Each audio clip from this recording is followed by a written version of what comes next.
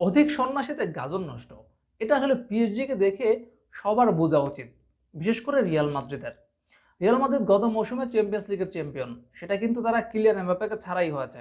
আর এই যে অধিক সন্ন্যাসীতে গাজন নষ্ট, সেটা কিলিয়ান এমবাপ্পে, লিওনেল মেসি এবং নেইমার জুনিয়র একসঙ্গে থাকার পর পিএসজির যে ভরাডুবিটা হয়েছে, সেটা দেখেই কিন্তু আসলে অনেকটা বোঝা উচিত ছিল। তো কিলিয়ান এমবাপ্পে রিয়াল মাদ্রিদে আসলেন, তিনি ভালো পারফর্ম করলেন, অনেক গোল করলেন, কিন্তু আলটিমেটলি কি হচ্ছে, তিনি যে মৌসুমটাতে আসলেন সেই মৌসুমটাতে রিয়াল মাদ্রিদ এখন কিন্তু সব হারানোর অপেক্ষা, মানে সব হারানোর পথে, ট্রফিলেস সিজন কাটানোর পথে Real Madrid.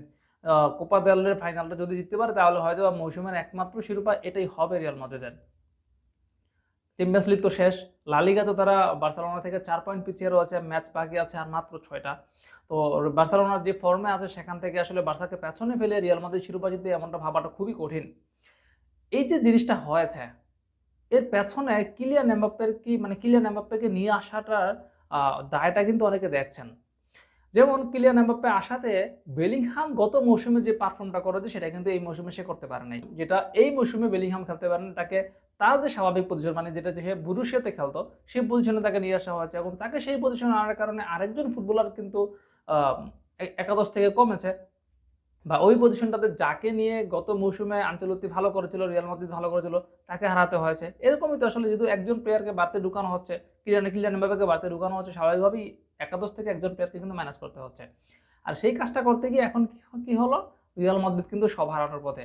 Even Vinicius junior যে সেরা পারফরমেন্সটা, সেই সেরা পারফরমেন্সটাও কিন্তু আসলে সবসময় কাজে লাগতেছিল না। যেমন গত ম্যাচটাতে যদি আপনারা দেখেন, কিলিয়ান এমবাপ্পে খেলতে পারে নাই, কিন্তু ভিনিসিয়াস জুনিয়র সেই ম্যাচে কি অসাধারণ পারফর্ম করলো। ভিনিসিয়াস জুনিয়র প্রতিটা ম্যাচেই মোটামুটি প্রতিটা ম্যাচে সে অসাধারণ পারফর্ম করেছে। মানে একটা জিনিস কিন্তু পরিষ্কার, ভিনিসিয়াস জুনিয়র কিলিয়ান এমবাপ্পেকে ছাড়া, যখন কিলিয়ান এমবাপ্পে ছিল না, কিলিয়ান এমবাপ্পেকে ছাড়া ভিনিসিয়াস জুনিয়র বিশ্বের সেরা ফুটবলার ছিল, এখনো কিলিয়ান এমবাপ্পেকে ছাড়া বিশ্বের সেরা ফুটবলার। কিন্তু কিলিয়ান এমবাপ্পে এবং ভিনিসিয়াস জুনিয়র যখন একসঙ্গে মাঠে নামছে, তখন ওই যে বললাম যে অধিক সন্ন্যাসীতে গাজন নষ্ট হওয়ার অপেক্ষা ঠিক ওইটাই হয়।